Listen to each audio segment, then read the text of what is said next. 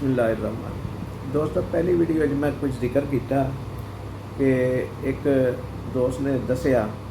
कि एक बजुर्ग ने उन्होंने 7 बेटे ने और वो वैल सैटल ने और पढ़े लिखे ने, पढ़ी लिखी फैमिली तसवर की जाती है। लेकिन उन्होंने बजुर्गों ने एक महफिल आख्या कि मैं तुहानू सारिਆਂ ਨੂੰ नसीहत करना वा कि औलाद नू बड़ी ज़्यादा तलीम ना दिया जाए, क्योंकि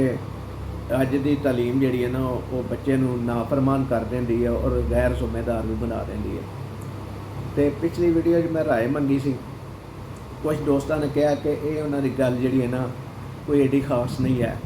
और कुछ दोस्तों ने कहा कि गल समझण वाली है, सोचण वाली है। लेकिन मैं कहना अपनी राय देना वा कि ये गल समझण वाली सोचण वाली भी है, और नाल ये गल भी करनी पेगी कि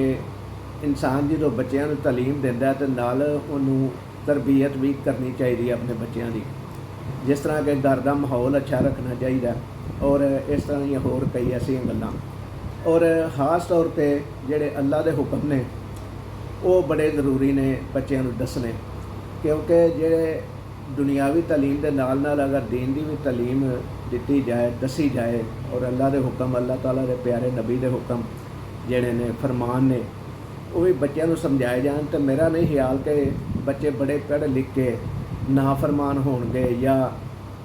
उन्हां दे तरबियत अगर कोई कमी रह जाएगी तो उस दी वजह तो भी अगर वो समझ लो कि वो फिर उन्हां बजुर्गों का जिहड़ा ना ये गल करन दा जिहड़ा मेन मकसद सी ना वो ये सी कि मैं बैरूने मुल्क रहना वा और बच्चे मेरे भी बैरूने मुल्क मकीम ने सारे, और मैनू एक हफ्ते तो बाद वो कहने अब्बा जी हुण किसी दूजे भाई वाल शिफ्ट हो जावो। वो हफ्ते का इंतज़ार करते ये नहीं कहते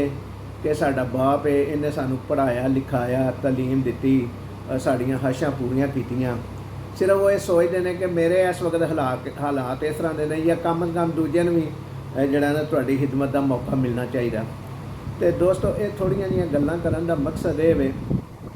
कि वाकई इंज दा माहौल बन गया है या तरबीयत च कमी आ गई है, कि तरबीयत की कमी की वजह तो इहो जिहियां गल्लां इंसान नूं सोच करनियां पैंदियां ने। मैं ज़ाती तौर पर यह सोचना वा कि अगर मेरे बच्चे मैनू कोई इस तरह की गल करन या मेरे अगे खलो जान या मेरे अगे बोलन, बैड लैंगुएज इस्तेमाल करन, तो मैं ये सोचना वा ज़ाती तौर पर कि शायद मैं जो जवान सा, मैं इन्हां दी उम्र दे सा, तो शायद मेरे को गलती